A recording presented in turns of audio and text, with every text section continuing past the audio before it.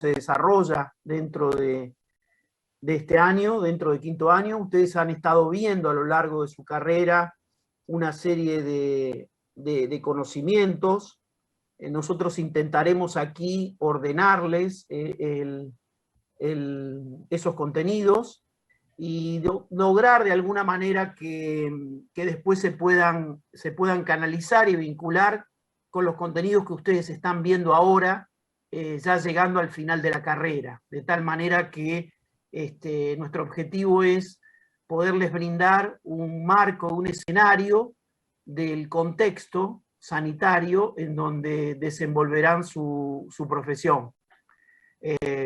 Muchas veces se acusa a la universidad de que nosotros estamos formando gente que está metida en un cubículo y que no sabe con lo que se encuentra cuando sale. Eso es en parte verdad. Uno cuando está en esta etapa de formación focaliza sobre lo que es el conocimiento específico. Después cuando sale al sector específico donde le toca desenvolverse, se encuentra con una realidad que muchas veces no es la que uno había imaginado. Entonces, nosotros intentaremos en este recorrido que vamos a hacer juntos, mostrarles un poco la realidad del ejercicio profesional, el contexto, el marco regulatorio donde se tendrán que desenvolver, profundizar algunas cuestiones vinculadas al diseño y al modelo de organización del sistema sanitario que tiene la Argentina, o mejor dicho, de un no sistema. Después algo vamos a ver respecto de esos temas cuando analicemos la cuestión de la salud, del modelo organizativo y el modelo prestacional de la salud. Pero bueno, un poco la idea es esa, justamente, tratar de introducirlos en ese entorno, tratar de que también tengan en cuenta algunos aspectos vinculados a la legislación y cómo esa legislación genera determinados comportamientos, las formas y las modalidades de pago, todo el desarrollo de lo que tiene que ver con la evaluación de tecnología, o alguna serie de temas que vamos a ir analizando en el transcurso de este recorrido. Flavio, si querés poner la otra, sí, vamos. Yo voy a hacer una rápida introducción en la unidad que vamos a ver hoy. Después, por supuesto, que nosotros les pasaremos nuestros correos electrónicos y estamos a disposición para responder cualquier tipo de dudas o consultas o alguna bibliografía adicional o algunos requerimientos que pueden llegar a tener. Sobre todo porque, como van a ver ustedes, estos contenidos se van a tener que ver reflejados después en un trabajo que van a realizar, un trabajo final sobre el final del año, digamos, en donde nuestra idea, en realidad, antes de la pandemia, era que hicieran un trabajo aplicado, ¿no? Para que salud pública no quede simplemente como un instrumento teórico, digo, de conocimiento general, sino que pueda ser comprendido y utilizado como una herramienta, ¿no? Para que ustedes puedan utilizarlo. Entonces nuestra idea era que pudieran hacer algún trabajo de campo y poder hacer un relevamiento. Yo creo que esta pandemia ha puesto justamente la salud pública en un papel fundamental, y de aquí en más cualquier gobierno y cualquier profesional a cargo de una institución o cualquier profesional médico que está ejerciendo dentro de la misma no va a poder ignorar todo lo que significa el uso de las herramientas desde el punto de vista epidemiológico y desde el punto de vista de lo que son específicamente las funciones de la salud pública. En este capítulo 1, les decía, vamos a tener un análisis acerca de la dinámica de las condiciones de salud, de la transmisión de la enfermedad, de los factores epidemiológicos y cómo condicionan la salud de la población, todo lo que tiene que ver con las medidas de ocurrencia de la enfermedad, tasas, razones y proporciones, y todo lo que tiene que ver con medidas de incidencia y de prevalencia. Como ustedes saben, vivimos en países en donde la enfermedad crónica es lo prevalente. Sin embargo, ahora también nos ha aparecido esta cuestión de la enfermedad producida por el coronavirus, y por una serie de factores que tienen una incidencia muy importante en Latinoamérica. Si estuviéramos en otra parte del mundo, quizás no haríamos mención, pero aquí no podemos apartarnos de que ustedes van a encontrarse en alguna medida también con dengue, con chikungunya, con Zika, van a encontrarse también con leishmaniasis en algunos casos, con malaria si van a otras partes de Latinoamérica. Entonces, en nuestra región, de alguna manera la cuestión epidemiológica tiene que ser mirada con un prisma diferente al de otras regiones del mundo, en el sentido de que hay en algunos casos todavía enfermedades que no han podido ser erradicadas, y conviviendo en este sistema con una especie de doble comando, ¿no? Las enfermedades crónicas, de las que normalmente son prevalentes en los países más desarrollados, pero conviviendo también con algunas enfermedades. No quiero olvidarme del Chagas y no quiero olvidarme del dengue, ¿no? Que son también endémicas y que para nosotros van a ser importantes, y un profesional de la salud tiene que estar atento, porque en algún momento del ejercicio pueden llegar a aparecer esos casos. Vamos a ver en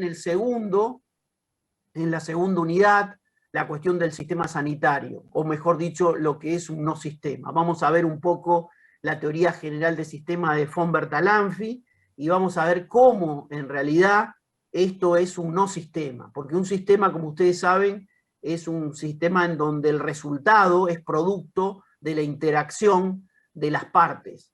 En la Argentina, cada uno de los subsectores que conviven tienen muy poca interacción, salvo la relación que existe entre la seguridad social y el sector privado.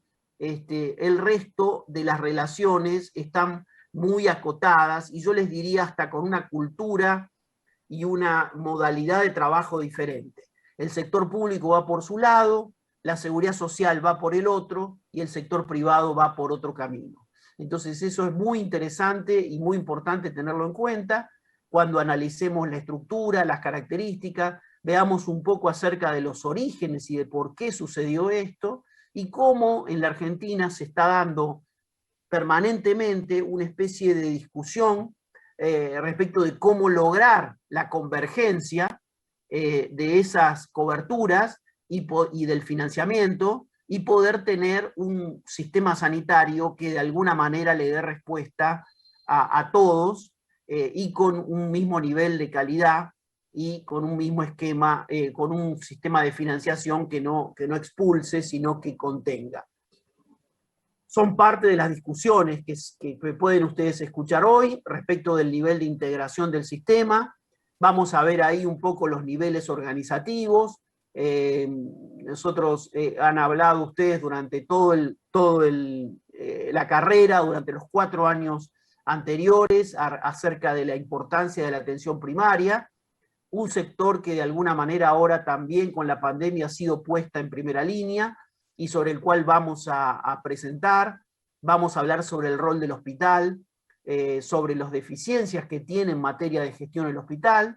Tenemos un hospital que es un modelo organizativo del siglo XIX, y que no responde a las necesidades del siglo XX, del siglo XXI.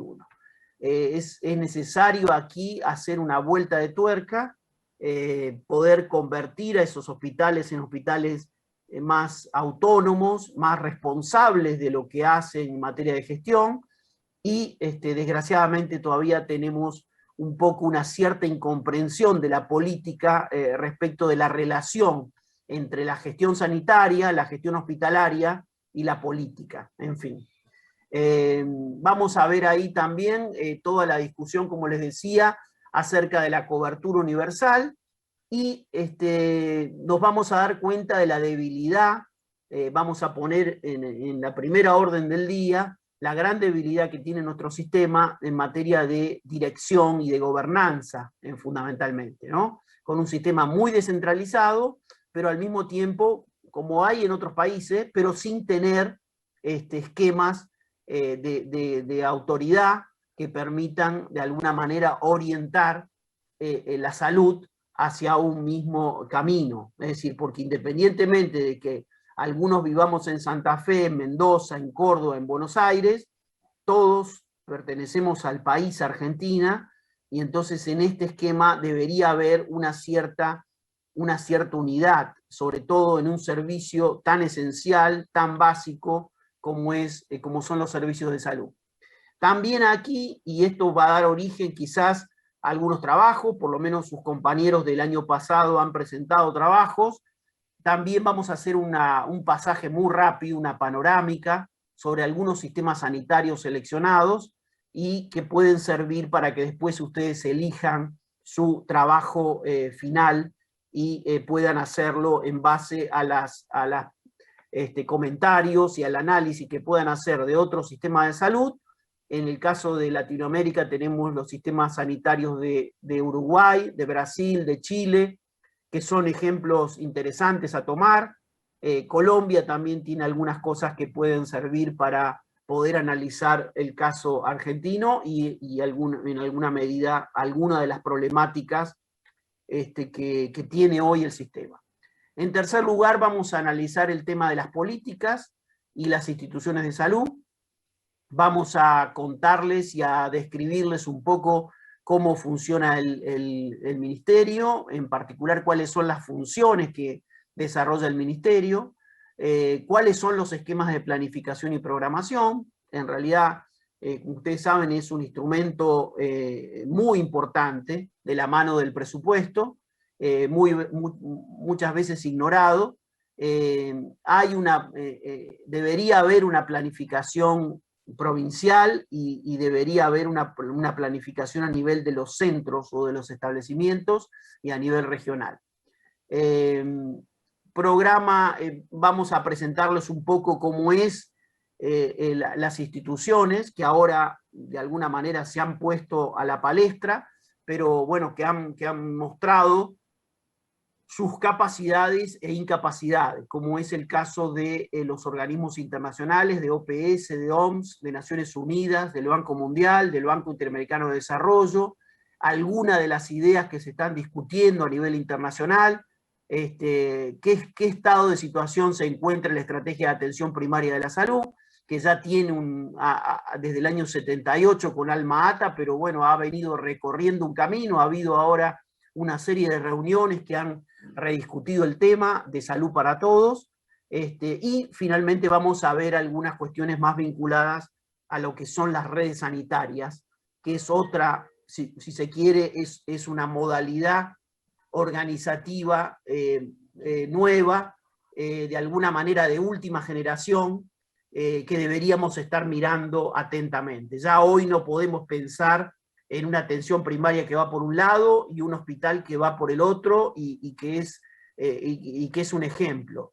Es decir, cualquier modelo prestador necesita el armado de redes, ¿no? El Garrahan, que era un centro de excelencia en atención primaria, termina organizando una red en atención primaria, que era un centro de atención especializado de primer nivel, termina teniendo que organizar, por un lado, centros regionales que contengan a la población y que la gente no se vaya al Garrahan simplemente por una cuestión de un malestar menor, sino también redes que contengan y que resuelvan, de tal manera de poder tener organizada la demanda que existe sobre el mismo hospital, ¿no? Por eso es que no hay nadie que pueda sentirse que está resuelto la problemática porque tiene un hospital en donde hay recursos o donde hay capacidades. Eso que necesita un modelo que lo sostenga. En la unidad 4 nos vamos a referir a un tema que está muy descuidado, es el tema de los recursos humanos. Los recursos humanos, en el caso de los sistemas sanitarios, se destina aproximadamente el 75% de los recursos a financiar los recursos humanos, a pagar el ejercicio de esos profesionales. Sin embargo, no hay un trabajo de seguimiento sobre la formación de esos recursos humanos, sobre la calidad, sobre la educación continua, y a eso nos vamos a referir. Creo que también la pandemia ha puesto de manifiesto un poco los problemas que tenemos respecto del tema, y fíjense ustedes que algunas de las debilidades que aparecían dentro del sistema, que veníamos señalando, algunas especialidades que eran especialidades que no tenían una cantidad de profesionales, ahora se mostró como en el caso de las terapias intensivas, como en el caso de las urgencias, uno necesita tener cierta planificación en materia de recursos humanos y poder utilizar de manera racional y plantearse un sistema si se quiere, de distribución de esos recursos humanos en todo el país. Hay países, hay ciudades en donde están superabundantemente algunos profesionales y tenemos ciertas especialidades que no están cubiertas en otros lugares. Eso es propio de un sistema que no planifica de alguna manera el modelo en el cual se mueve. Y aquí también vamos a ver algunas cuestiones vinculadas a los recursos físicos, teniendo que ver con el impacto de la tecnología médica, que como ustedes saben es uno de los factores de gasto más importantes, y vinculados al tema del medicamento, todo lo que tiene que ver con el uso racional.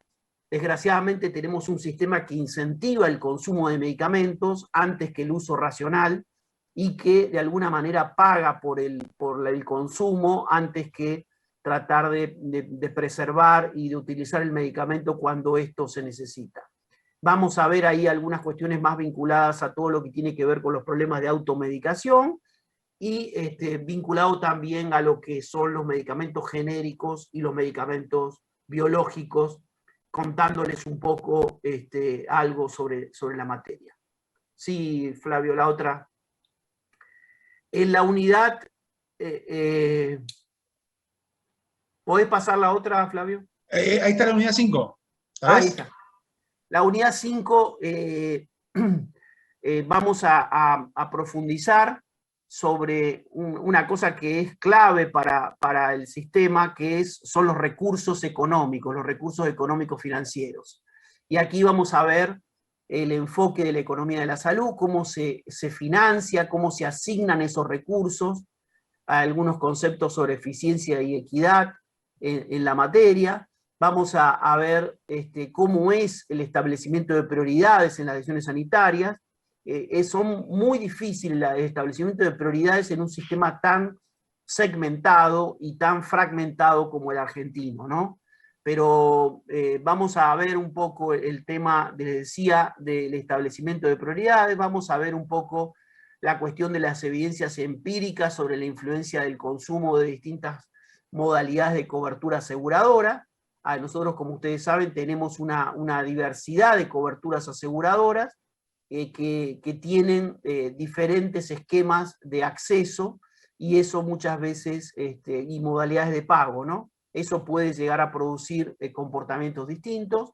Vamos a ver ahí un poco una unidad de medida que ha sido muy importante, que son los años de vida ajustado por calidad, los ABAC, que nos van a permitir después hacer, o por lo menos leer algún estudio de evaluación económica de tecnologías y poder analizar en profundidad cuáles son las prestaciones que agregan valor y que deberían estar cubiertos dentro del programa médico obligatorio, y cuáles son aquellas otras que quizás tienen que estar dejadas en función de la capacidad de pago que tenga cada uno. Nosotros sabemos que no se puede pagar todo para todos y en todo lugar. Entonces, lo que nos va a permitir justamente esta mirada de priorizar, es establecer cuáles son las prestaciones que deberían ser accesibles para todo el mundo, y cuáles son las prestaciones sobre las cuales hay dudas respecto de la costo-efectividad, y deberían ser de alguna manera dejadas en un plano en donde, vuelvo a repetir, no hay financiamiento para todo y uno tiene que seleccionar. Si uno deja y cree que está, y de manera ciega, niega las limitaciones de la escasez, después termina produciendo peores males de los que se trata de evitar de esta manera, porque la gente va a la cola, el que llega primero consume, y después cuando se terminan los recursos, a uno no le preguntan si es rico, si es pobre o no. Lo que hay es que no se le puede dar o no se le puede brindar esa asistencia. Y en la unidad 6, finalmente, vamos a ver un poco el tema de las personas y el sistema de salud, todo lo que tiene que ver con los derechos y la accesibilidad, la cuestión de los derechos y responsabilidad, el uso del sistema, indicadores, vamos a ver el enfoque de género, educación y comunicación en salud, que son cada vez más importantes, como ustedes saben. Puedo tener la mejor estrategia, pero si no la sé comunicar, seguramente voy a tener graves problemas. Estamos viviendo en una pandemia en donde la comunicación, y sobre todo en las situaciones de crisis, la comunicación es fundamental. No digo que tengan que ser ustedes unos expertos en comunicación, pero sí por lo menos brindarles una panorámica de lo que debería ser la comunicación sanitaria, no solo con el paciente, sino en algunos casos con las poblaciones y con la comunidad. Y bueno, y finalmente está aquí alguna bibliografía recomendada. Nosotros ya le vamos a dar, hay otra, mucha más bibliografía que está incluida dentro del programa. Después se los vamos a agregar para que lo sumen para que lo puedan consultar. ¿Pasa la otra, Flavio? Bien. Pasamos ahora a describirles brevemente, el tema de los trabajos finales de salud pública 2021. Estos son algunos de los trabajos, o mejor dicho, un poco la idea es que al final de este recorrido puedan hacer una monografía donde apliquen los conocimientos adquiridos. Es un documento que va a tratar sobre un tema particular o específico. Tienen que elegir bien el tema de tal manera de poder focalizar bien sobre ese tema y no dispersarse queriendo abarcar mucho. Tiene que estar dedicado a utilizar fundamentalmente alguna de las fuentes compiladas de información que le vamos a presentar. Es un trabajo de investigación, digamos, que va a tratar de abordar alguna de las temáticas que ustedes van a sugerir o que nosotros le vamos a proponer. Tiene que ser un texto escrito, cohesionado, coherente, tiene que tener un carácter sistemático, tiene que estar estructurado en distintas partes, en la que se puede ofrecer un abordaje integral del problema de interés que se va a abordar, y tiene que estar puesta, por supuesto, todas las referencias bibliográficas que se utilizan. No tiene que tener una extensión muy grande, tiene que ser 10 o 12 carillas. Eso también los va a obligar a seleccionar bien los contenidos y las cosas que se quieren decir dentro de ese trabajo. Porque, como ustedes saben, uno cuando tiene que poner todo en un capítulo de 10 o 12 páginas, va a tener que profundizar y seleccionar correctamente. Va a tener una carátula con los títulos, los integrantes y los autores. No podrán ser más de 2 personas que están a cargo, de tal manera de evitar que si ponemos 3 o 4 más, haya uno que trabaje y otro. Entonces, cuando son 2, seguramente se van a poner de acuerdo en trabajar en manera conjunta, porque también es eso el hecho de nos interesa que trabajen en equipo. El tema de interés tiene que ser el problema en base a lo que identifiquemos y a las preguntas de investigación que se realicen. Los datos o información que puedan llevar a realizar la monografía va a ser parte de lo que es la introducción. El objetivo va a ser la continuidad de la introducción o esté relacionado con un tema de interés para salud pública.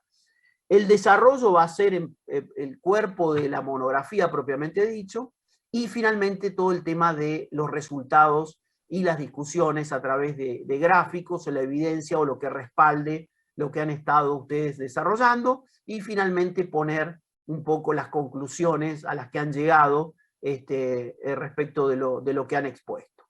También con las referencias bibliográficas correspondientes dentro del texto y de las citas que se puedan realizar.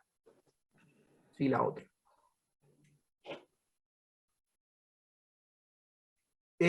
Durante el mes de octubre comenzaremos a organizar esta cuestión.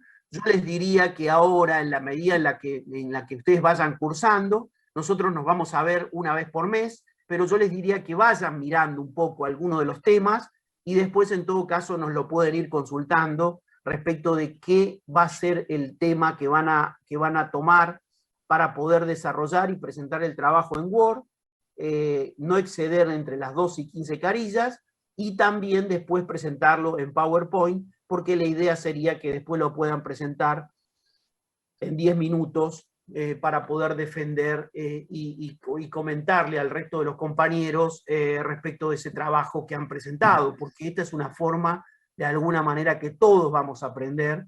Esto es una dinámica de enseñar a aprender que nos va a venir, que nos va a ser útil para todos los que participemos de esta clase. Vamos a utilizar los contenidos de salud pública para el abordaje. En estos años de la pandemia, yo diría que el tema de la pandemia atraviesa de manera transversal cada uno de los temas. Acá hay alguna sugerencia de temas que estaban pensados previamente a la pandemia. Yo les diría que ahora traten de analizar la cuestión de los recursos humanos, la cuestión de los recursos, las cuestiones de evaluaciones. Hay mucha cuestión vinculada a las vacunas, a metodologías de trabajo.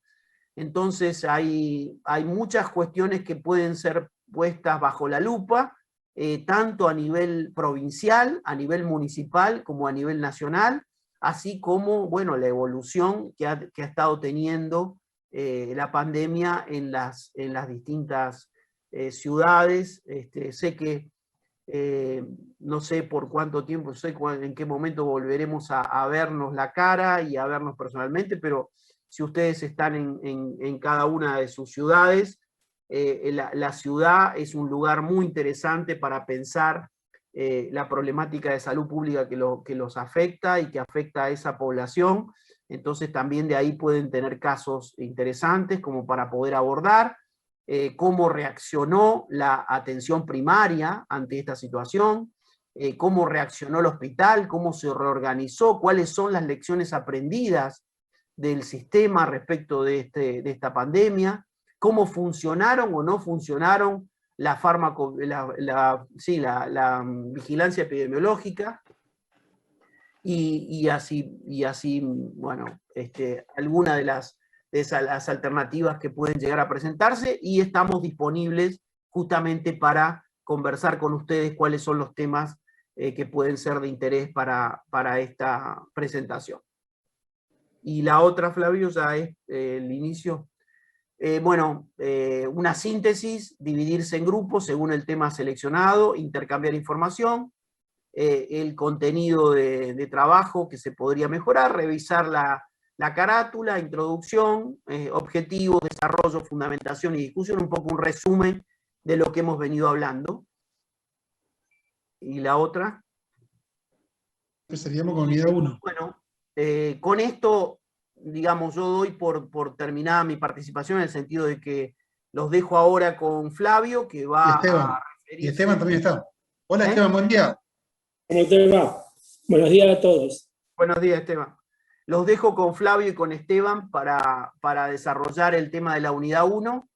Y bueno, yo me voy a quedar escuchando y participando con ustedes de la clase. En tanto y en cuanto tengan algunos comentarios que hacer, pueden levantar la mano y generamos un diálogo que puede ser fructífero para todos. Así que bueno, muchas gracias, y Flavio y Esteban. Bien, gracias Carlos. Como lo mencionó el titular de Salud Pública, Carlos Basalio, lo que nosotros vamos a tratar de avanzar con el otro profesor Esteban Battioni, son en los contenidos que ya describió el titular de la Cátedra de Salud Pública, que de alguna manera lo que uno busca con esto, digamos, ¿sí?, es tratar de entender de que las definiciones de salud pública que ustedes acá están observando en este nuevo slide, es una definición muy amplia, en donde no solamente habla de que es la ciencia y el arte de prevenir dolencias, discapacidades, prolongar la vida, fomentar la salud, la eficiencia física y mental mediante esfuerzo organizado de la comunidad para sanear el medio ambiente, controlar enfermedades infecciosas y no infecciosas, educar al individuo en los principios de higiene personal, organizar los servicios para el diagnóstico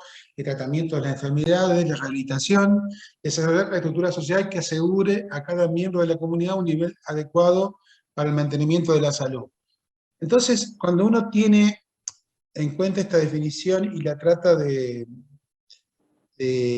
asociar a lo que ha estado pasando con la pandemia desde el año pasado hasta la fecha, uno ve que, como lo mencionó el titular, con respecto a los sistemas de salud, con respecto inclusive al tema de las comunicaciones, etc., en donde ha quedado demostrado, digamos, ¿sí?, el tema de las falencias, fallas, que de alguna manera hemos estado de alguna manera observando, ¿no?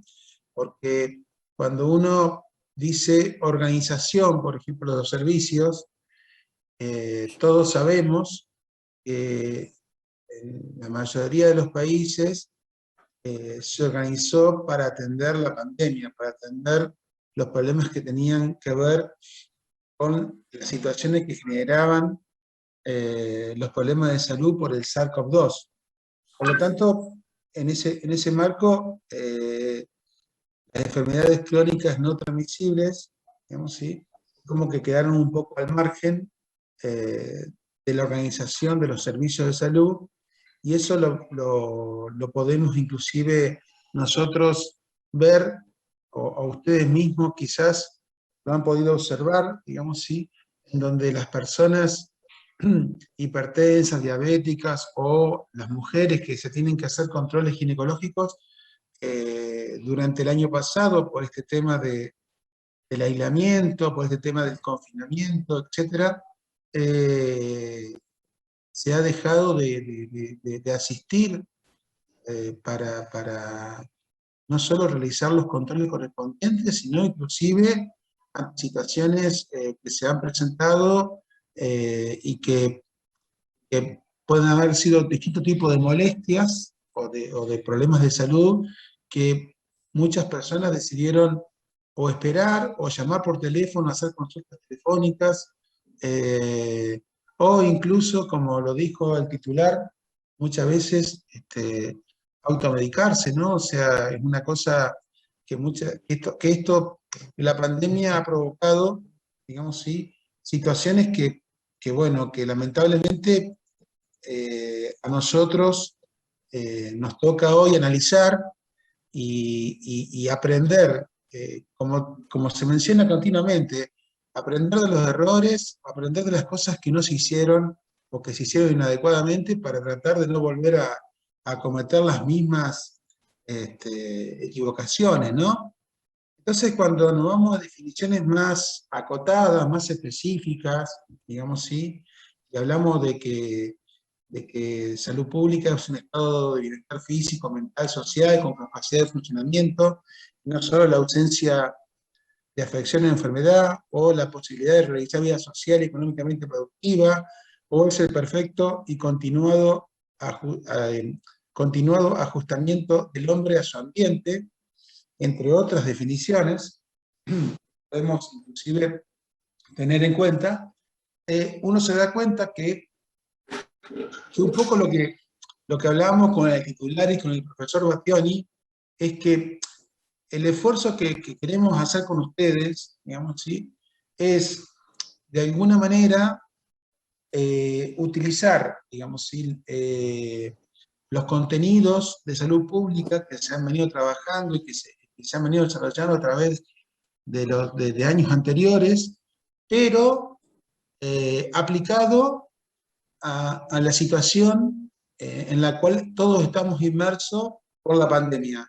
Porque, por ejemplo, por lo que mencionó el titular, hubo trabajos, digamos, trabajos finales de salud pública en donde hablaban sobre la cobertura de vacunación 2016-2017, sin tener en cuenta las coberturas de vacunación del año pasado o inclusive de este año para ustedes, ¿no? Entonces, lo que quiero decir con este ejemplo, simple, digamos así, es que nosotros lo que vamos a intentar con ustedes es tratar de alguna manera de hacer que los contenidos que podamos desarrollar en las distintas unidades de salud pública puedan estar atravesados, digamos, en un continuo por todos los efectos que hemos tenido que observar durante este año y meses de la pandemia del COVID-19, ¿no? Flavio, Esteban, ¿tenés algo? Flavio, si me das un minutito. Sí, por Me favor. gustaría, Es fundamental tu aporte. hablar sobre un par de cositas. Primero, la salud pública no es una ciencia como por ejemplo la anatomía, sino que es una ciencia que junta muchos campos de la ciencia. Por ejemplo, para tener un análisis de salud pública medianamente eficiente, nosotros tenemos que contar con el auxilio de la estadística, con la ingeniería ambiental, con ingenieros químicos, con médicos, con estadística, con un montón de ciencias que van llegando a fortalecer el tema de la salud pública. Desde 1971-72 se establece una ruptura en el fundamento de la medicina. Se pasa del fundamento biologicista, o sea que encara a la enfermedad como un problema biológico, y se toma, con la nueva visión de la salud pública, se toma la visión que decía una de las definiciones que pusimos recientemente, de que el hombre no es un ser solamente biológico, sino que el hombre es un ser biopsicosocial, o sea que tienen tres aspectos sobre trabajar. Y esto lo descubre un ministro de Salud de Canadá que se llama Marc Lalonde, y que él ve en el relevamiento de los casos que la mayoría de los enfermos venían por la cuestión medioambiental, por la cuestión de las adicciones psicológicas, o sea, la adicción, y el 20% llegaba por una cuestión biológica. Entonces, lo que hizo eso fue reasignar los presupuestos para que si el medio ambiente y la cuestión de las adicciones y las enfermedades psicológicas son razones para generar enfermedad, tenemos que atender a los tres. Entonces se iniciaron las primeras políticas de prevención que fueron encaradas fundamentalmente de promoción de la salud. Que la promoción de la salud, al hablarnos de estándares de comportamiento, esto es, estándares de comportamiento, es decir, si uno sale a caminar todos los días 3 kilómetros, deja de fumar y deja de consumir alcohol, probablemente ese hombre o esa persona no haga ningún cuadro cardíaco, por ejemplo, porque está en perfecto ejercicio y sin consumir las dos cosas que pueden generarle el problema, que son el cigarrillo con la nicotina y el alcohol. Entonces, con eso prevenimos enfermedades como los problemas arteriales y los problemas hepáticos. Por lo tanto, tenemos mejores chances que nuestra sociedad vaya accediendo a mejores niveles de salud. Fíjense que en el COVID, como algunas personas pasan 25 días en internado en terapia y otros a lo mejor pasan 3 días. Eso es consecuencia de la preparación física con la que llegan al virus. Esto es, si uno llega con ejercicio, sin fumar, consumiendo la cantidad de calorías perfecta, sin tener un diámetro abdominal grande, común, y una masa muscular similar a la normal, que está entre 20 a 24, el índice de masa muscular, nosotros lo que logramos ahí es un ser que se puede defender mejor de las enfermedades. Y bueno, y empezamos a ascender en la escalera de la salud. Eso por un lado. Y por el otro, quería recordarles algo muy viejo, pero que contribuye, que fue el Congreso de Alma Ata, que es donde se consolida la visión de Lalonde para hacer una fórmula que se llaman, que las vamos a ver más adelante, que son las funciones esenciales de la salud pública, dar una definición de salud pública y generar un alto desarrollo teórico de qué era la promoción de la salud y qué era la educación por la salud. Eso nada más, Flavio. Sí. Entonces, lo que uno puede observar a partir de lo que ha explicado el profesor Battioni es que en esta evolución, digamos, sí, que ha tenido las distintas definiciones de la salud pública a partir del trabajo que han hecho algunas de las personas que incluso menciona Esteban, entendemos que toda esta evolución histórica que ha atravesado los últimos 30 años, diría yo, 40 o 50, está de alguna manera en este momento en plena revisión a raíz de la situación que ha provocado la pandemia en los distintos sistemas de salud de todos los países del mundo. Entonces, hoy por hoy, probablemente hay muchas de las cosas que quizás antes de la pandemia no se tenían en cuenta, como por ejemplo el distanciamiento de 2 metros, o el continuo lavado de manos ante situaciones de estar en ambientes en donde se organizan tipo burbujas, digamos, si las personas, y esto tiene que ver incluso, como ustedes lo pueden haber observado, con las escuelas actualmente, en donde los chicos son organizados en grupos y tienen que contemplar la posibilidad de asegurarse de mantener no solamente la distancia en grupos, sino también el tema de lo que tiene que ver con las higienes personales, ¿no? Entonces, la pregunta que uno se hace a partir de todo esto es si esto vino para quedarse, ¿no? ¿Sí? Si el tema del uso del barbijo, digamos, sí, hace un año atrás, estoy hablando de abril, mayo del año 2020, muchos sectores de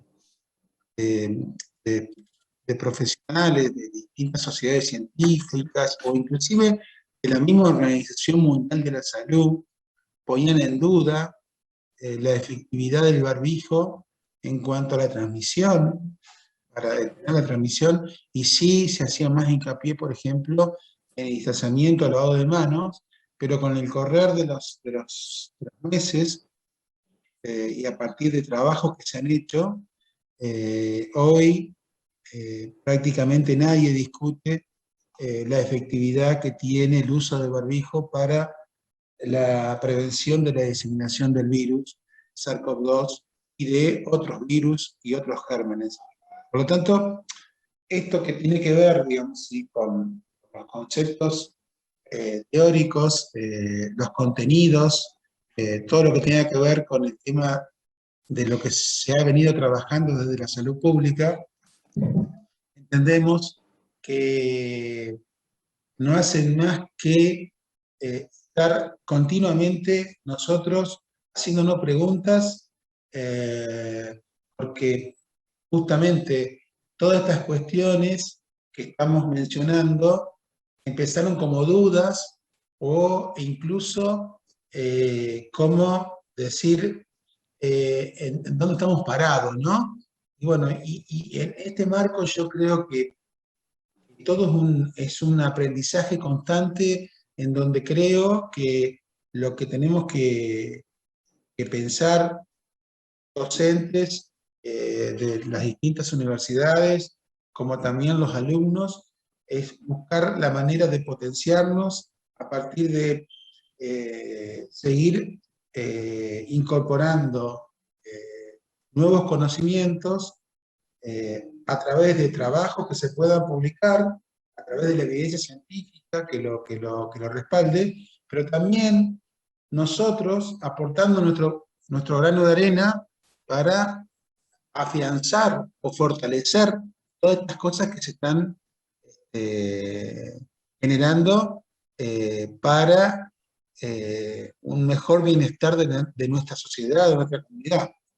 Entonces, lo que uno ha podido observar durante todo este año y meses de la pandemia del COVID-19 es no solo los problemas de promoción, de información, de utilizar las redes sociales como único medio o como medio más importante de información de salud, lo cual es un error muy grande, y sobre todo si eso no tiene una correlación con lo que acabamos de hablar con ustedes, ¿no? De hecho, hemos mencionado el problema de la organización de los sistemas de salud, que ha generado, digamos, sí, una ineficiente atención de las enfermedades no transmisibles, ha generado una pobre calidad de acceso a la atención y dificultades. Ustedes se acordarán el año pasado, en los meses de abril, mayo, junio, cuando no había equipos de protección, cuando no había barbijo, cuando en realidad se ponían en dudas un montón de procedimientos, no solo del nivel del personal de salud que trabaja en terapia intensiva o en el tercer nivel, sino para los que trabajan en el primer nivel de atención. Entonces, todos esos problemas, digamos, sí, entiendo yo que no lo tenemos que ver solamente como una crítica, sino también como una oportunidad para tratar de mejorar nuestra formación y nuestras capacidades para poder resolver los problemas. Entonces, a partir de todo esto que estamos describiendo con ustedes, ¿cuáles serían los aspectos claves que de alguna manera uno podría tratar de usar para determinar que esto puede ser un problema de salud pública? No cabe duda que en la dimensión del problema, ¿sí? El COVID-19 fue y será un gran problema de salud pública. La verdad, el problema básicamente tiene que ver también con el tema de no solamente las hospitalizaciones, sino con las muertes, la facilidad con la cual las personas se enferman, la evolución, digamos, ¿sí? Si vemos que a partir de las medidas que se van tomando, ese problema se puede controlar o se está controlando, y como todos estamos observando, aún en países europeos, están de alguna manera tomando medidas de confinamiento iguales que la del año pasado. Y como es una enfermedad nueva, todo lo que se está utilizando para detener, para controlar la diseminación del SARS-CoV-2, entendemos que es un camino que estamos transitando y que seguramente va a haber muchas decisiones, no solamente de lo que tiene que ver con la prevención, como son las vacunas, sino también con el tratamiento que pueda aparecer con medicamentos que seguramente van a generar, digamos, ¿sí? Expectativas, pero incertidumbre también. Entonces, nosotros debemos ser muy cautelosos cuando decidimos opinar de una manera académica sobre un tratamiento determinado o sobre una medida determinada, porque siempre debemos tratar de ver cuál es la fuente de información, cuál es la evidencia científica que respalda lo que nosotros estamos diciendo. Porque, como todos sabemos, digamos, ¿sí? Esto tiene que quedar claro para ustedes que van a ser muy buenos médicos y médicas, es que una cosa es una opinión personal, digamos, ¿sí? Y está bien y que cada uno tenga una opinión personal. Pero cuando queremos expresar, digamos, ¿sí?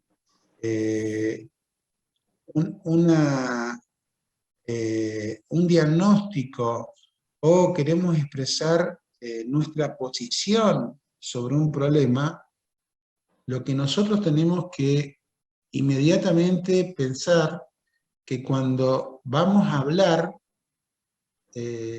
lo que vamos a decir tiene que tener sustento sólido. Y el sustento sólido tiene que ver con la fuente de información. Las fuentes de información no pueden ser las redes sociales, ni mucho menos la televisión, porque eso le quita al médico y a la médica seriedad en lo que dice.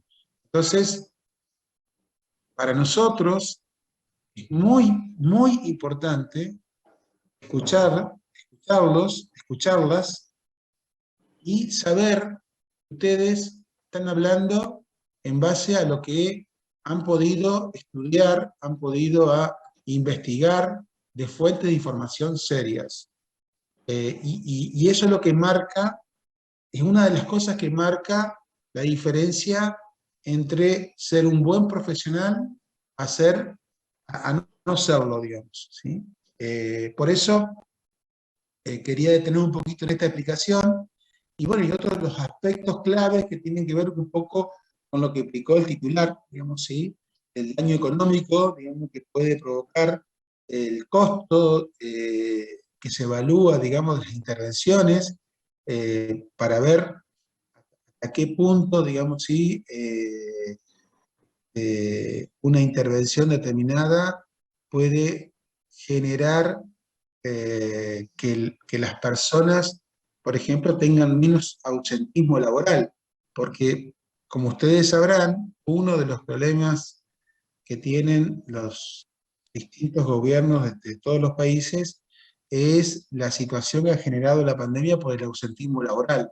Entonces, uno dice, bueno, esto de que se ha podido respaldar el tema del teletrabajo, que las personas puedan trabajar en su casa, tiene sus pros y sus contras, pero entendemos que en función de esto que estamos hablando, lo que ha generado la pandemia por el ausentismo laboral, es mejor, digamos, ¿sí? Para los gobiernos nacionales, provinciales, municipales o locales, que aquellas personas, por ser grupo de riesgo, por ejemplo, es mejor, digamos, ¿sí? que en vez de sacar un certificado, digamos, ¿sí? Por ser grupo de riesgo y decir no hago nada, bueno, darle la posibilidad a esa persona de que pueda desarrollar parte del trabajo en su casa para evitar exposiciones que puedan generarle un problema de salud serio. Entonces, bueno, dentro de lo que uno dice, bueno, ¿cuáles serían, cómo se abordarían esos problemas? Bueno, ahí es donde uno dice, bueno, tenemos que hacer una definición clara, precisa del problema, sobre todo para, como lo explicó el titular, con respecto a la monografía. Nosotros necesitamos que ustedes elijan un tema, pero que ese tema sea lo suficientemente claro y específico, puntual, para que podamos tratar de abordarlo de forma integral. Las medidas de magnitud tienen que ver no solamente con la morbilidad, la mortalidad, sino también con situaciones que tienen que ver con consultas o con otros problemas que pueda originar el problema, ¿no? Desarrollar un marco conceptual para identificar los determinantes clave del problema, que un poco lo explicó el profesor Battioni, digamos, hizo de la evolución que ha tenido la salud pública, identificar el desarrollo de intervenciones y estrategias de prevención a partir de lo mencionado anteriormente, fijar prioridades y las recomendaciones que se puedan aplicar a partir de lo que hemos mencionado anteriormente, y la implementación con la evaluación, monitoreo de lo que se está haciendo para ver qué cosas se tienen que seguir aplicando y qué otras cosas se tienen que modificar o mejorar.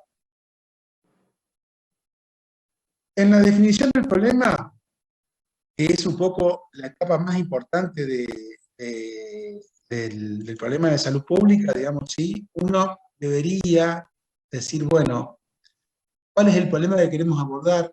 ¿En qué personas entre las que aparece el problema se quiere abordarlo? ¿En qué lugar o lugares se produce el problema? ¿Cuándo? ¿En qué momento se propone abordar el problema? Etcétera. Y a partir de ahí tratamos de ver algunos ejemplos, ¿no? El qué, digamos, con respecto al COVID-19. Ahí está fundamentalmente en los pulmones, pero también otros órganos, como todos sabemos, ¿no?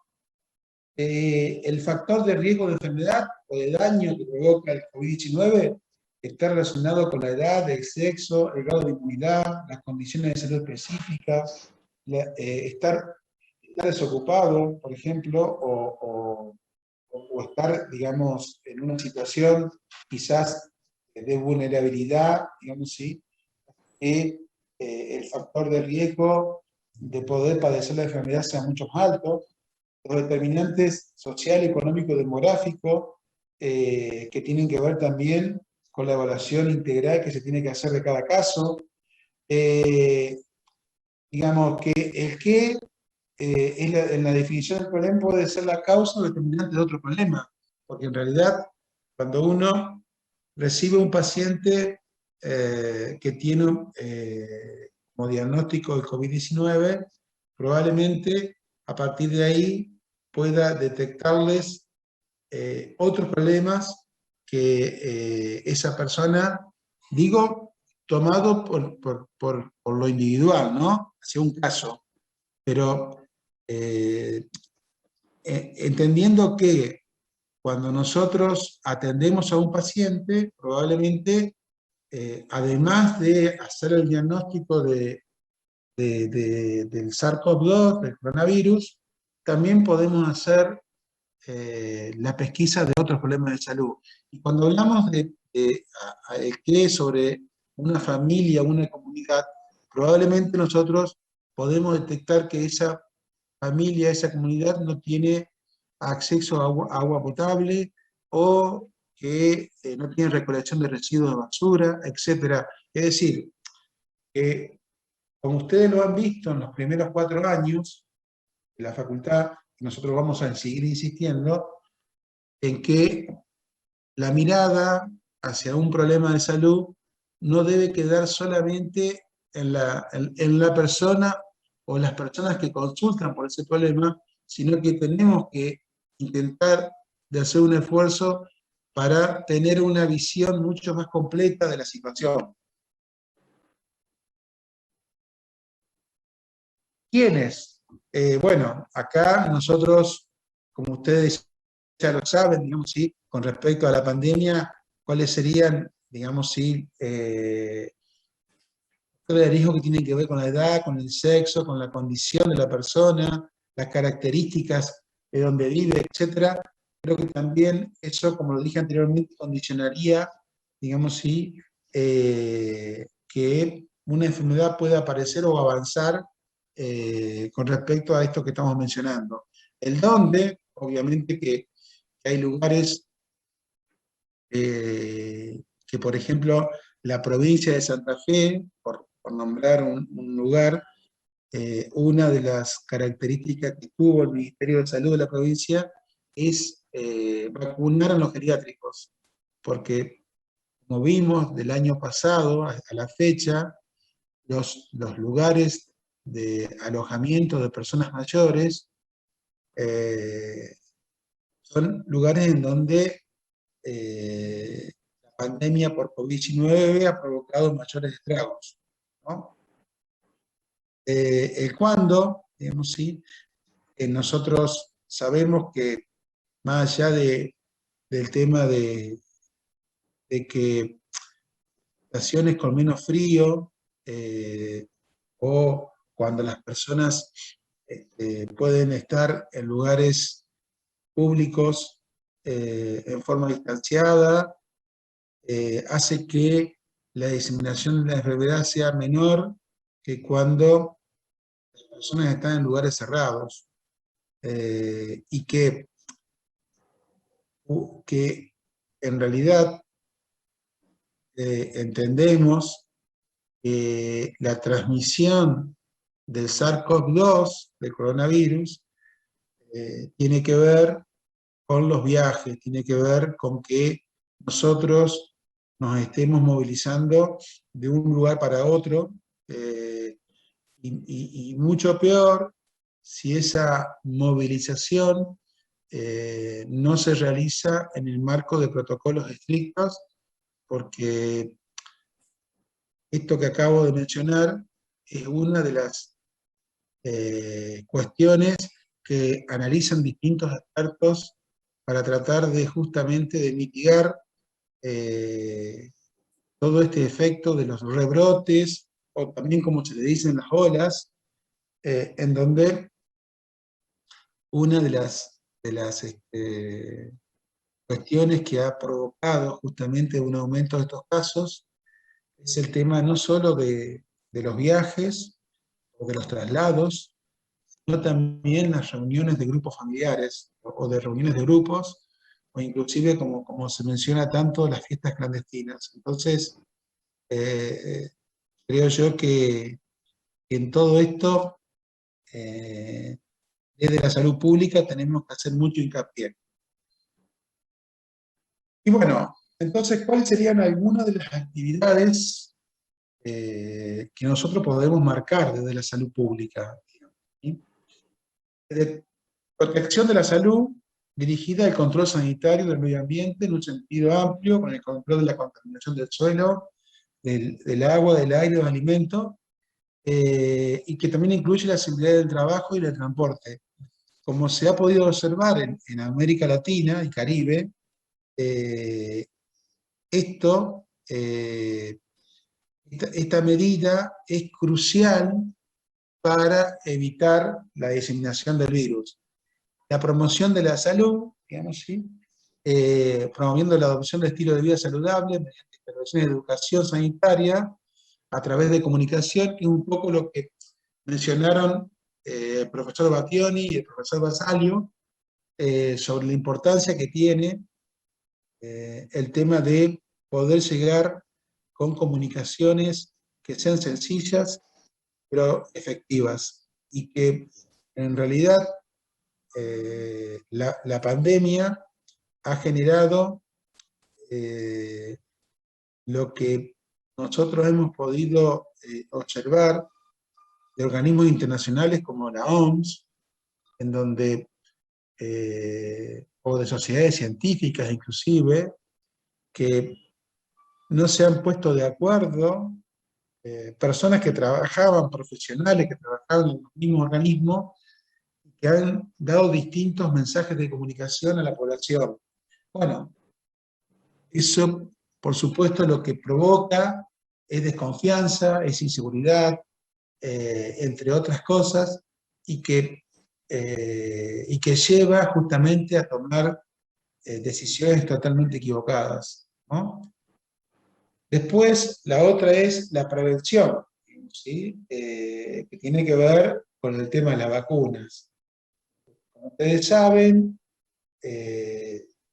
las eficacias de las distintas vacunas que se están aplicando en el mundo han sido muy controvertidas, y se han puesto inclusive hasta en dudas dichas vacunas por venir de países como China, Rusia o la India.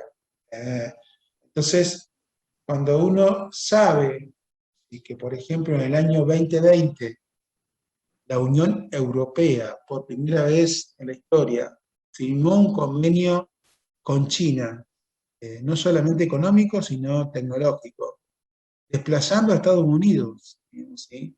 De alguna manera, de buscar, digamos, en Estados Unidos ese apoyo económico y técnico, lo que habla a las claras es que países como China, como Rusia, durante la pandemia fueron países que, a diferencia del resto de los países desarrollados, no vieron afectado su economía, y mucho menos todo lo que tenga que ver con las cuestiones eh, de trabajo en los distintos laboratorios o en las distintas comunidades científicas de esos dos países que acabo de mencionar, ¿no?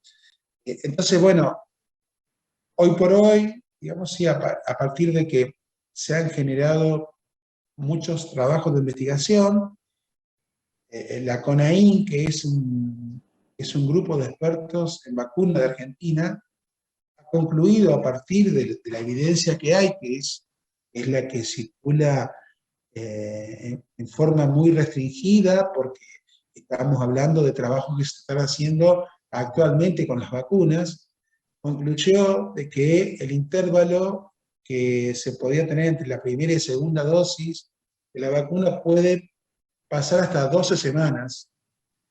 Y entonces uno por ahí puede escuchar en las redes sociales que en realidad eso es, digamos, que es información, digamos, sí, que está circulando sobre que la efectividad no es lo que los expertos en vacunas están mencionando.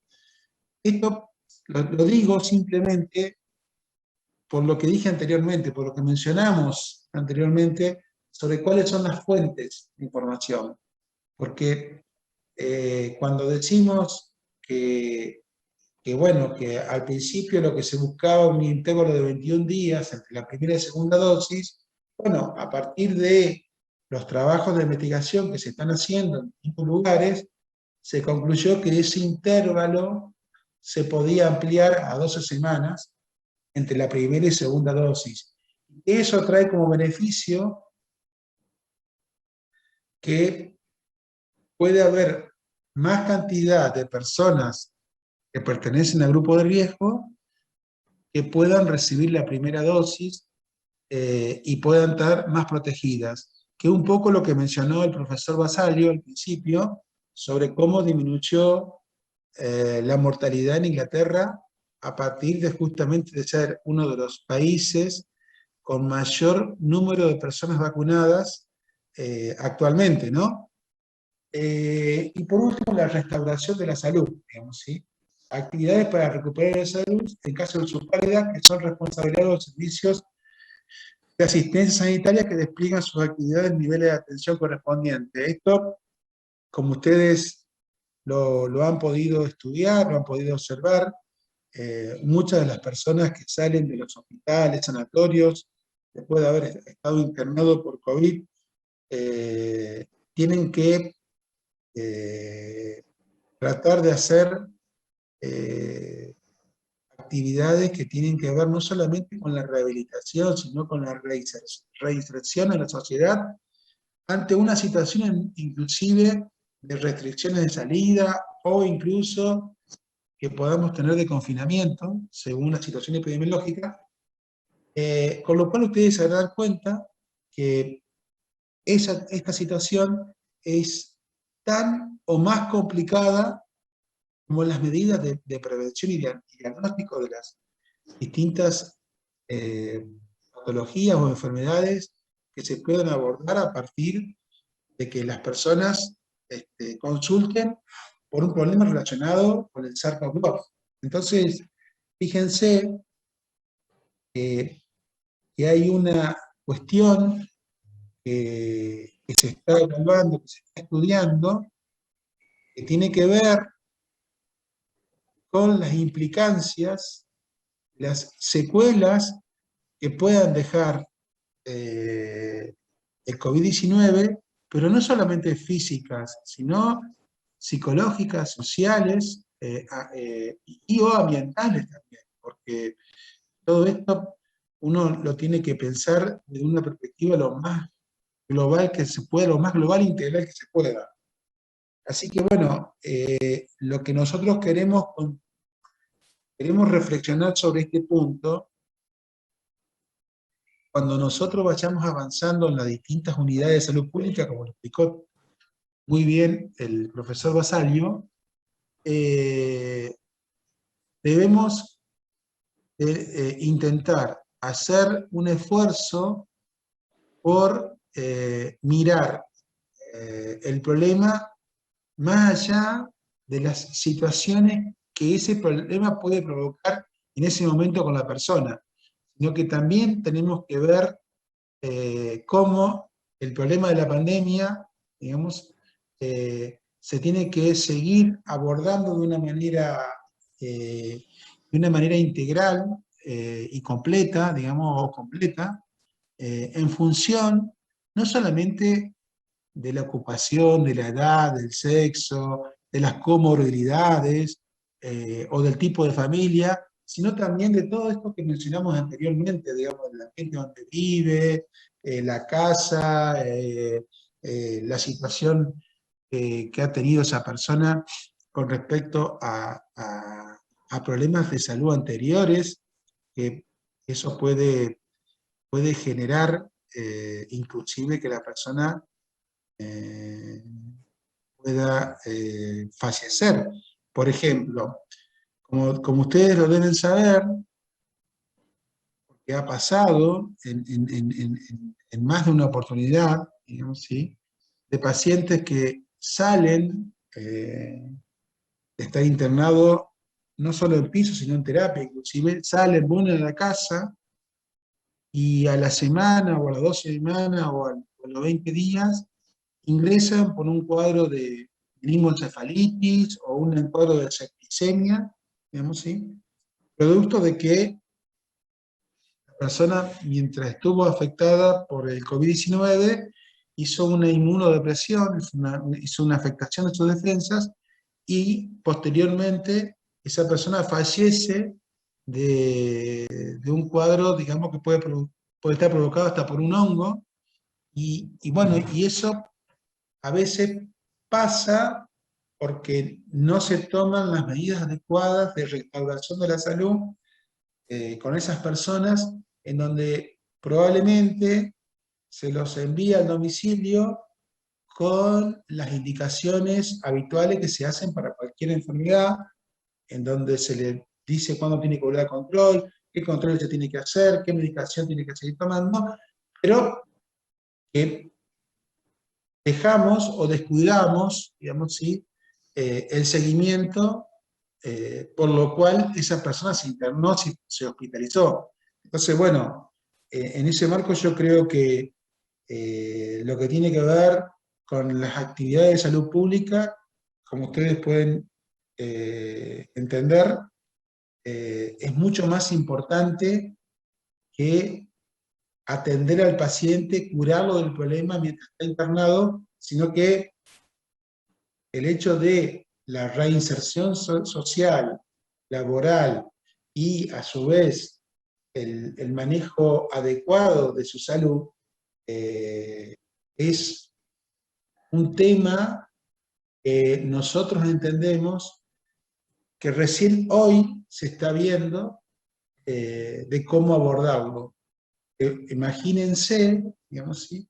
A medida que pasan los días, las semanas y los meses, son cada vez más las personas que internan y que salen de alta, y que obviamente eso requiere una organización del sistema de salud que no estuvo, que no está, y que probablemente sí podrá estar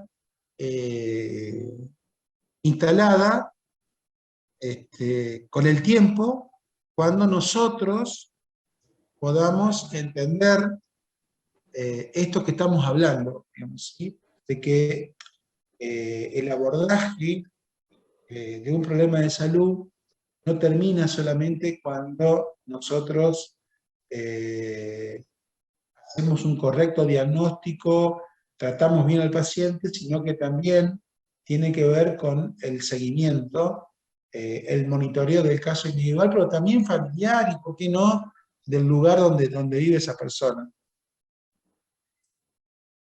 Un poco lo que mencionó Esteban sobre las funciones esenciales de salud pública, en donde funciones esenciales de salud pública tienen que ver con la Organización Panamericana de la Salud, a partir de los distintos ministerios de salud de Latinoamérica y Estados Unidos, en donde de alguna manera se estableció hace más de 20 años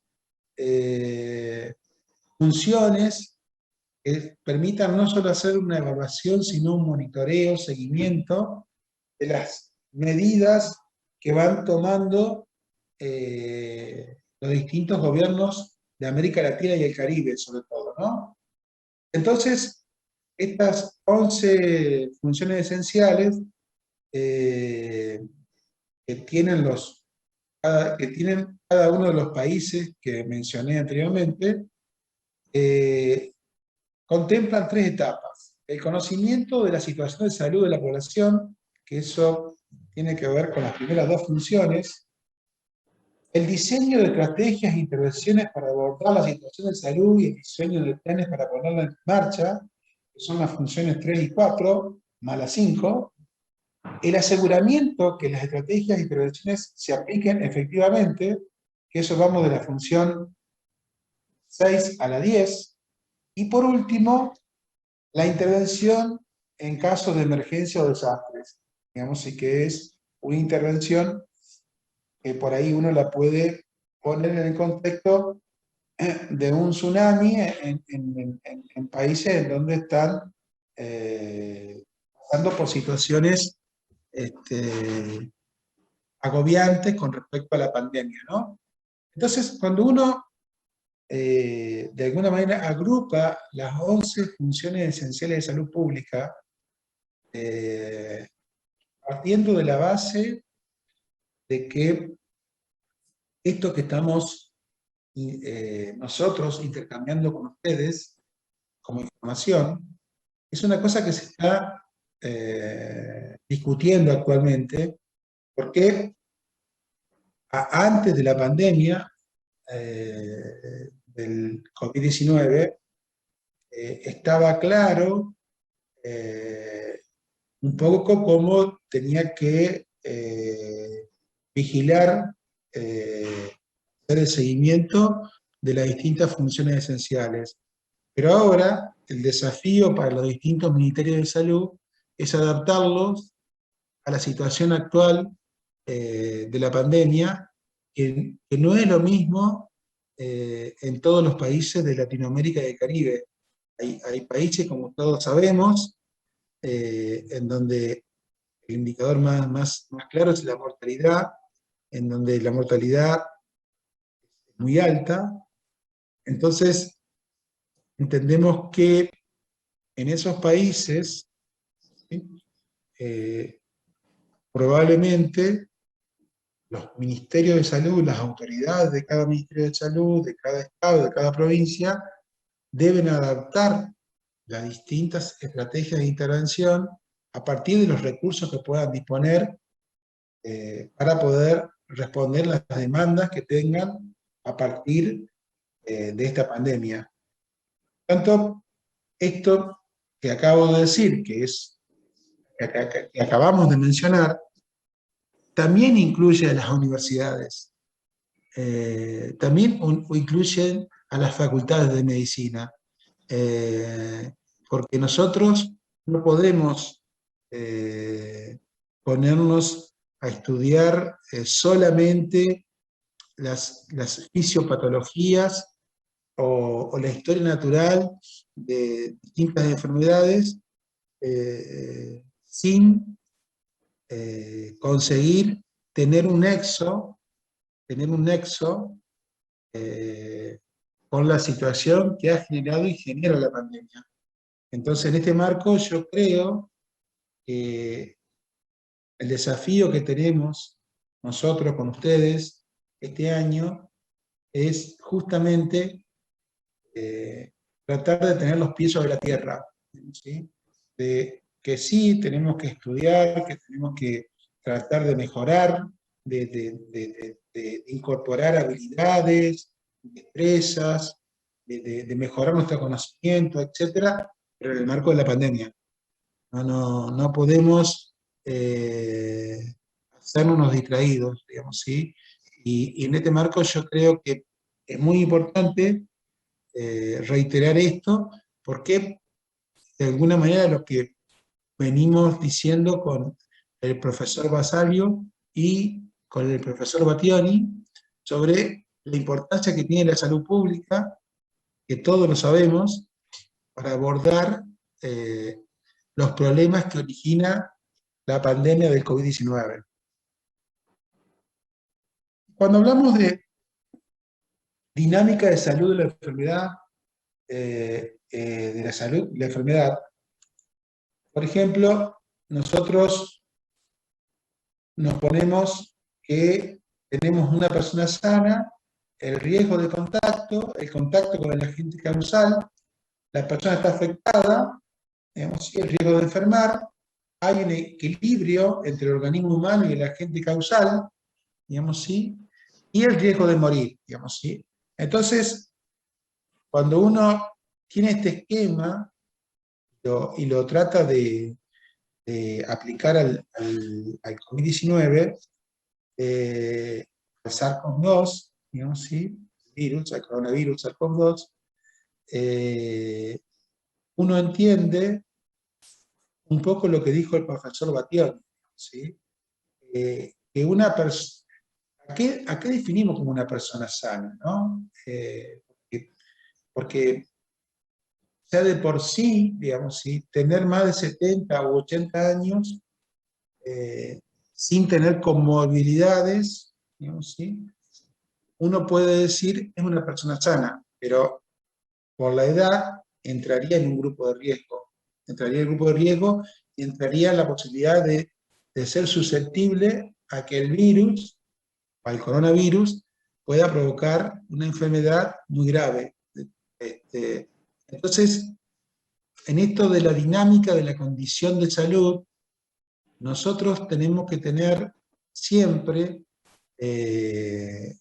claro el tema de que no vamos a quedarnos con la definición de persona sana por ausencia de enfermedad.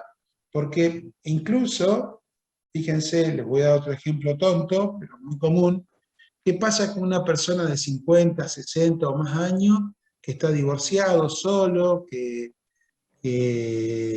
no está insertado socialmente, etcétera? Esa persona probablemente pueda tomar algún medicamento para dormir.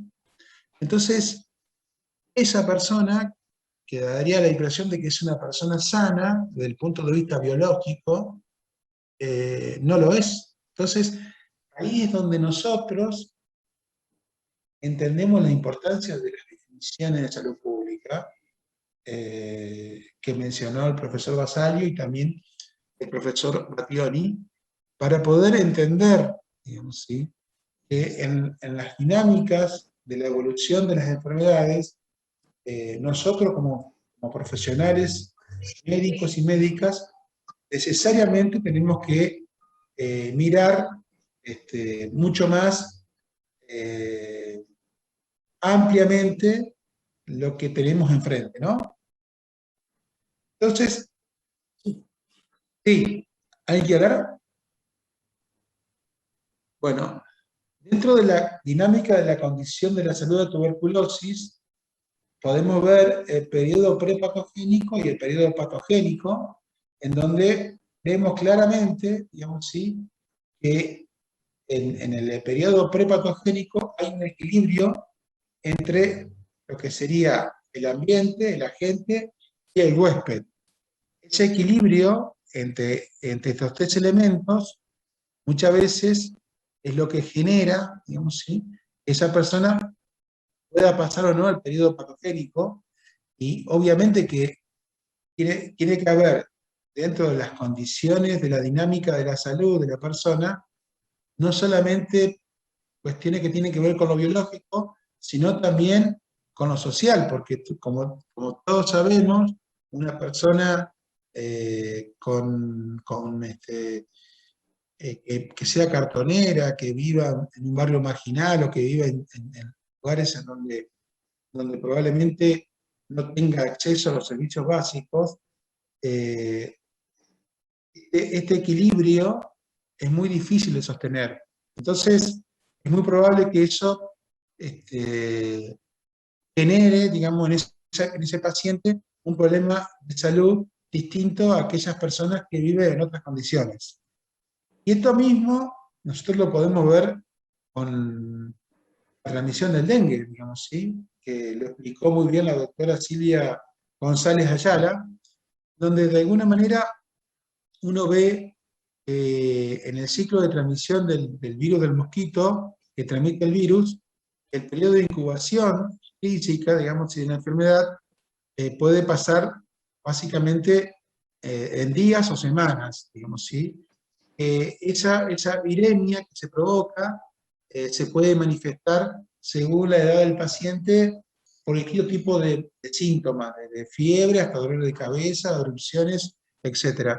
Entonces, cuando por el tema de lo que pasó el año pasado, el confinamiento, de que las personas tenían que quedar en sus casas aisladas, eso generó probablemente que la transmisión del dengue haya sido mucho más importante de lo que puede ser a finales del año pasado, principio de este año, en donde justamente el tema de, por la pandemia, lo que dijimos anteriormente, las personas tuvieron que quedarse en sus casas, eso ha favorecido y favorece la transmisión de la enfermedad del dengue como otro problema de salud. Entonces, en ese marco, creo que es importante que nosotros, como lo dijimos previamente, podamos tener una mirada en donde no solo veamos el problema de salud de esa persona, de esa familia, sino verlo en un contexto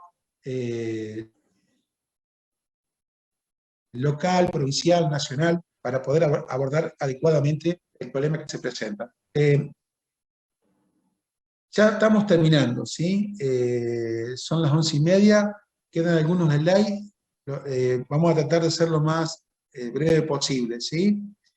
Lo que hablamos de los diagramas de determinantes sociales de salud tiene que ver un poco con lo que mencionábamos sobre el tema de cómo abordar los problemas de salud, no solamente desde un punto de vista por la sintomatología que presenta, sino a un abordaje social. Entonces, en el modelo tradicional, digamos así, que vimos anteriormente, podemos decir que la triada ecológica que mencionamos, donde la causa produce un efecto, es decir, que la presencia del bacilo ante condiciones de la persona, de la familia, del lugar donde vive, son favorables para que la enfermedad avance, es distinto a que las condiciones no sean las mismas. Y entonces, esto que podemos, que mencionamos como la triada ecológica, lo podemos también aplicar al dengue, digamos, ¿sí? En donde, fíjense, cómo hay cómo el equilibrio entre el huésped, el ambiente y el agente causal, un desequilibrio de esa triada puede generar que la viremia provoque un problema de salud mucho más serio y complicado que lo que uno espera tener, ¿no?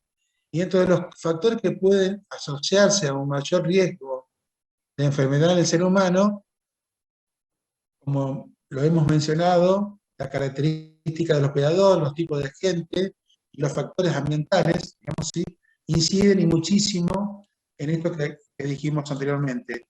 Y lo mismo, los modos de transmisión de la enfermedad, ¿sí? Este determinante de la enfermedad del dengue, uno puede poner, por ejemplo, en un punto la Aedes aegypti, en el otro la enfermedad, pero a su vez, fíjense, en este determinante está el ambiente, los servicios públicos básicos, lo social, el mosquito, el virus, la atención médica, en donde todos estos factores que acabo de mencionar, digamos, ¿sí?, cuando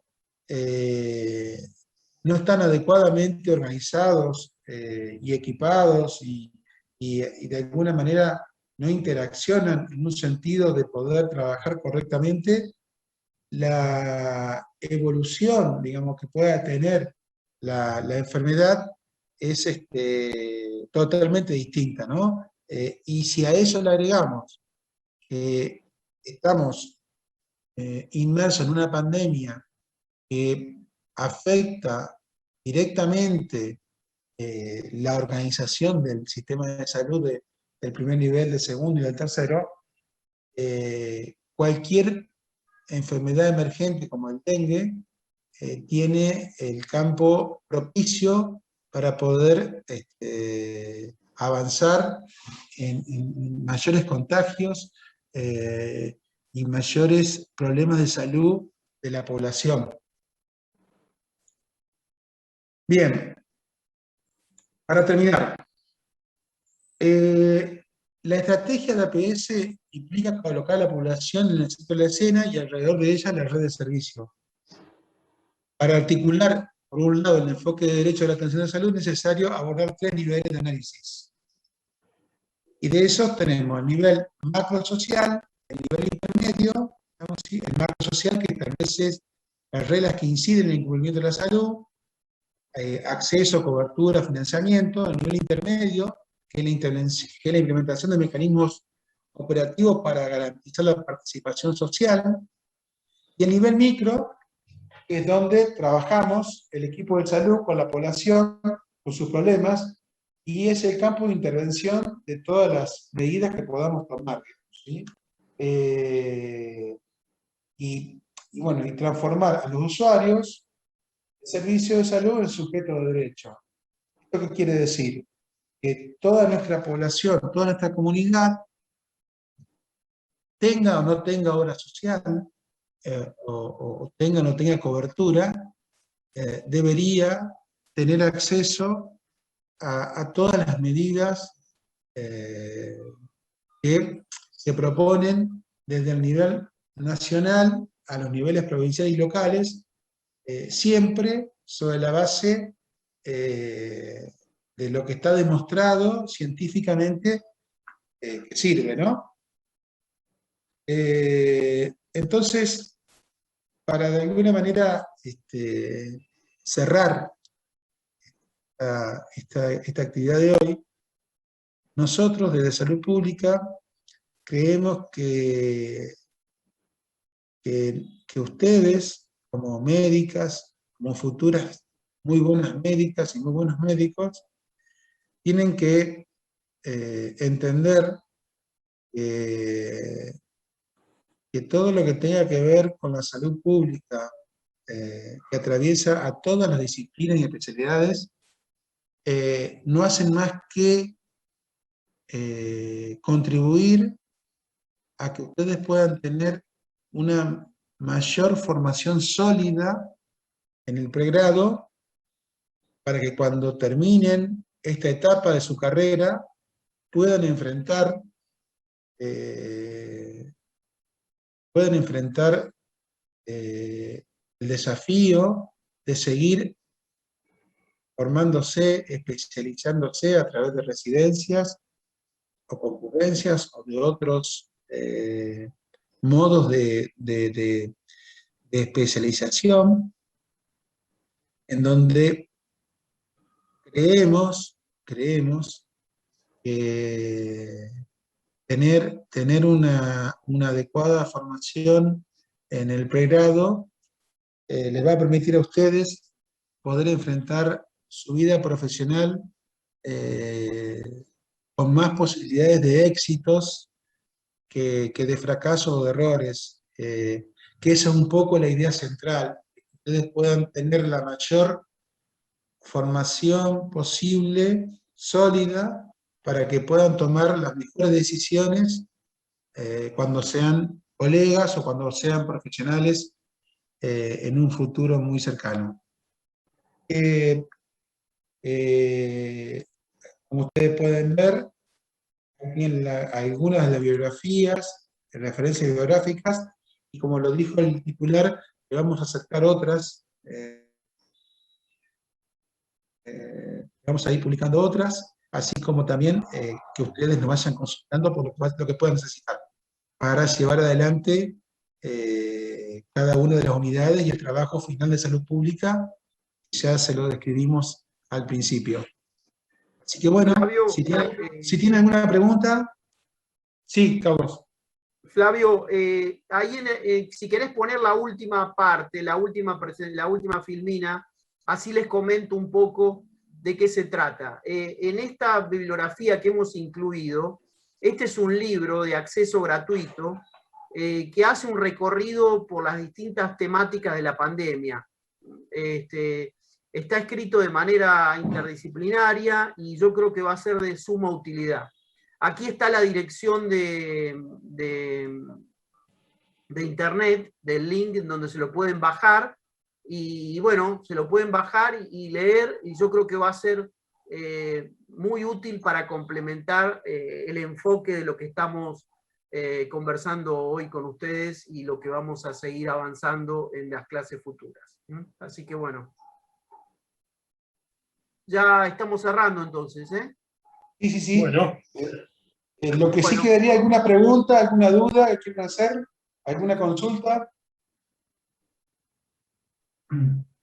Pasemos después los correos electrónicos para estar comunicados y bueno, y nos veremos entonces el próximo mes.